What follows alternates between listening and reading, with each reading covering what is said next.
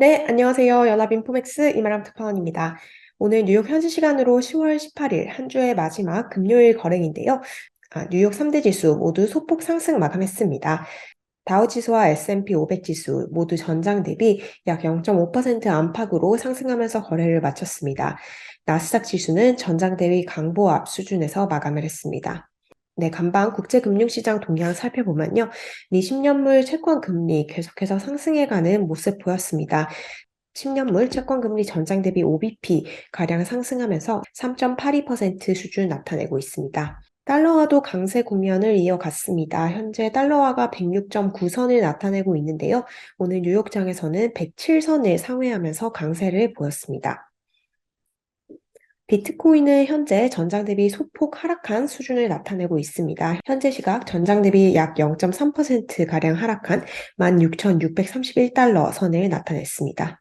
네, 이번 한 주 뉴욕 증시 별다른 움직임이 없었던 한 주인 것 같습니다. 네, 지난주 급등 이후에 지난주에 있었던 이 엄청난 상승세를 이어가지는 못하는 모습을 보였고요. 이번 주에 계속해서 미국 연방준비제도 의원들의 매파적인 발언이 나오면서 상승폭이 제한되는 모습을 보였습니다. 한 주 기준으로 봐도 3대 지수 모두 하락을 했는데요. S&P 500 지수가 한 주 동안 0.7% 가까이 하락했습니다. 나스닥은 1.5% 이상 하락했고요. 다우는 한 주간으로 약보합 마감을 했습니다. 네, 이번 주 장에 대해서 시장 전문가들은 쉬어가기 흐름이 펼쳐졌다라고 평가를 하고 있습니다. 홈리베르그 CIO 이렇게 설명을 했는데요. 지난주에 엄청난 물가 숫자를 보고 시장이 엄청난 랠리를 보였지만 이번 한 주는 현실로 돌아간 한 주였다라고 평가를 했습니다. 현실로 복귀를 하면서 시장이 조금 숨고르기에 들어갔다라고 얘기를 했습니다. 이번 주 증시에서 가장 중요했던 요인, 연준 인사들의 발언입니다. 네, 오늘도 연준 관련 인사들의 발언이 나오면서 증시에 부담을 실었는데요. 오늘 수전 콜린스 보스턴 연은 총재가 공개 발언을 했습니다. 수전 콜린스 보스턴 연은 총재는 이제 다음 돌아오는 12월 FOMC에서 어쩌면 75bp 금리 인상, 자이언트 금리 인상이 다섯 번째로 될 수도 있다라는 얘기를 했습니다.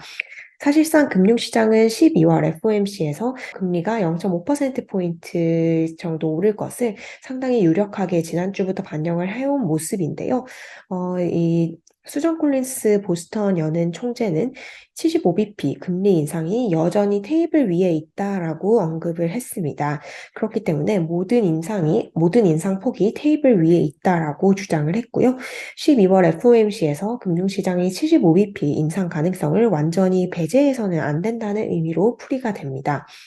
네, 바로 하루 전날 제임스 블러드 세인트루이스 연은 총재가 충분히 제약적인 금리 수준을 5%에서 7%로 제시하면서 시장이 한 차례 화들짝 놀랐는데요. 오늘까지 계속해서 12월 FOMC에서 75bp 인상 가능성이 있다라는 발언이 나오면서 시장 심리는 상당히 위축이 되어 있는 모습입니다.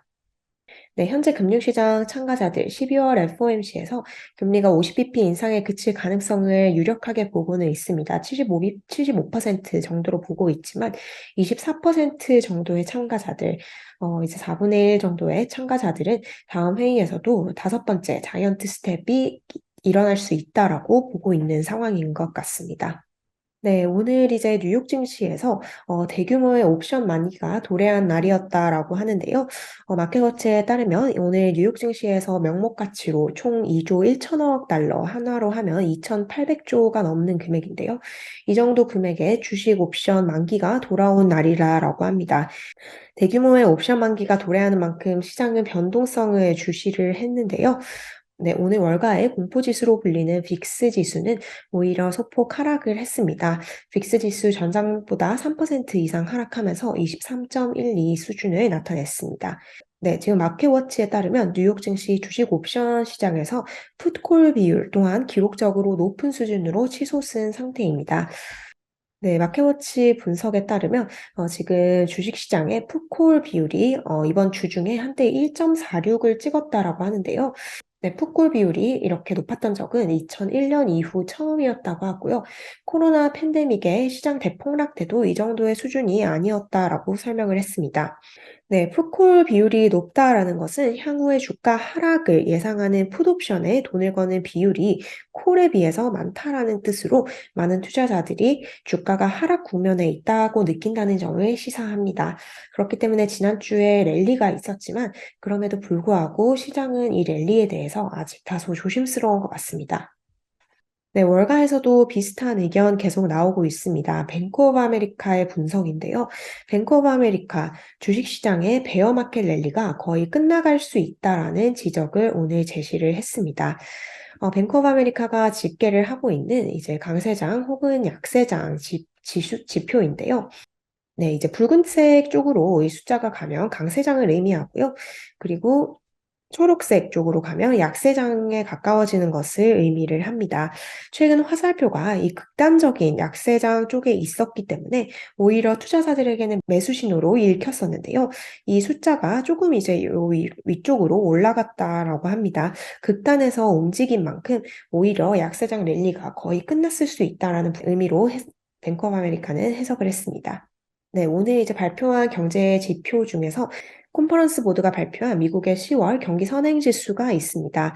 경기 선행 지수, 전월보다 하락하는 흐름을 보였고요. 이 지수는 8개월 연속해서 하락을 하고 있습니다. 컨퍼런스 보드 연구기관인데요.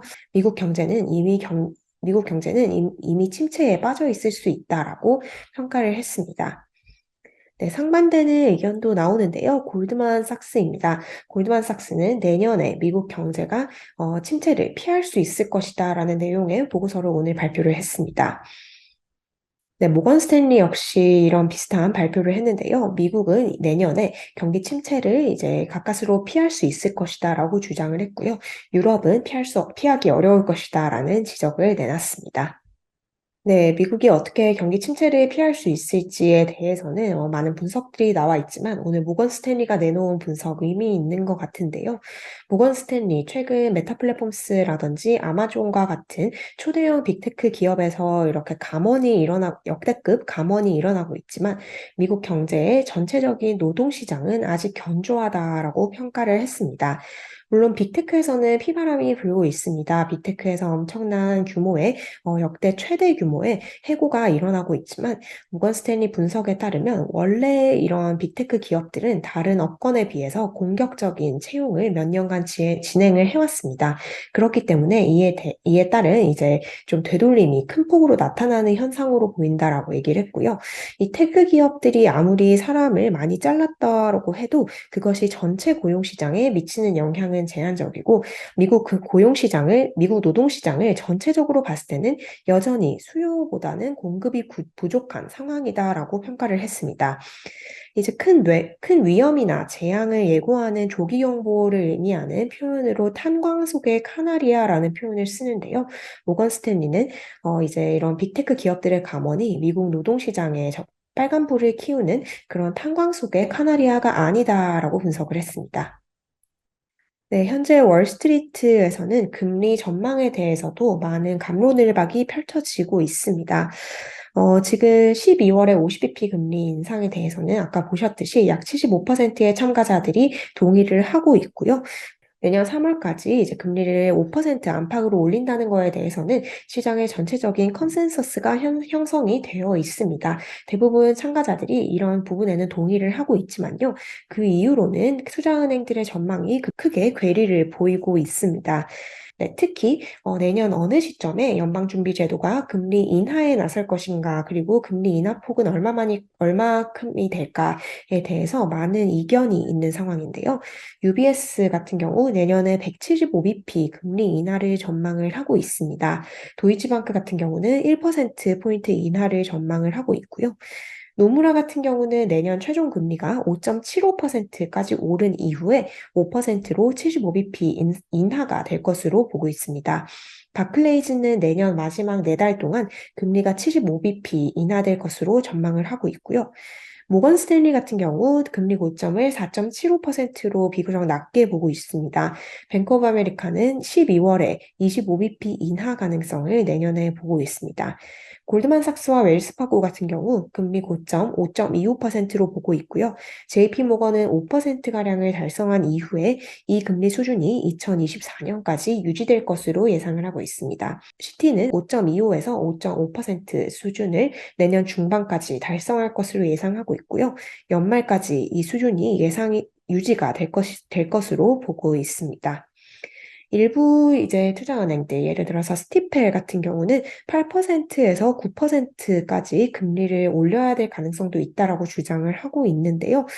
네, 이번 주 제임스 블러드 세인트루이스 연은 총재가 내놓은 금리 전망치인 5%에서 7% 그리고 테일러 준칙에 따른 적정한 제약적인 금리 수준에 대해서 많은 이견이 오가고 있는 모습입니다. 네, 오늘 많은 기업들의 실적이 발표가 되었는데요. 오늘 발표한 기업 대체로 긍정적인 실적 보고를 했습니다. 신발 및 의류업체 판매 업체인 풋라커 같은 경우 순이익과 매출이 시장 예상치 상회했고요. 주가가 8% 이상 올랐습니다. 중국의 전자상거래 업체인데요. JD.com 같은 경우 분기 실적이 생각보다 괜찮았지만 주식은 2% 이상 하락했습니다. 반도체 장비 제조업체인 어플라이드 머티리얼스 역시 실적을 우호적으로 발표를 했는데요. 주가 0.2%가량 상승을 했고요. 카바나 같은 경우 회사가 인력을 8%가량 감원하겠다라고 밝히면서 주가가 3% 이상 하락했습니다. 네, 이제 이번 한 주 거래도 끝나게 되었는데요. 네, 이제 다음 주 목요일은 미국의 추수감사절 연휴가 되게 됩니다. 뉴욕 증시도 추수감사절 휴장을 하게 되고요. 금요일도 조기 폐장을 하게 됩니다. 그렇기 때문에 주 후반은 다소 조용한 거래가 예상이 됐지만 상당히 많은 뉴스들이 주 초에 예상이 되어 있는데요. 가장 중요한 것으로는 FOMC의 의사록이 발표가 됩니다. FOMC의 의중을 알아볼 수 있는 의사록이 발표가 돼서 주시하셔야 할 것 같고요. 이번 주 메이시스와 같은 소매업체 실적 발표가 되었는데 다음 주에도 백화점 업체 노드스트롬 실적 예정이 되어 있습니다. 이외에도 이제 제조업과 비제조업 PMI 지표 그리고 주택 판매 지표와 내구재 수주, 주간 실업보험 청구자 수가 발표가 됩니다. 네, 역대급 랠리를 보였던 뉴욕 증시 이번 한 주 조금 쉬어가는 흐름을 나타냈는데요. 저는 다음 주에도 뉴욕 증시 정보와 함께 인사드리도록 하겠습니다. 감사합니다.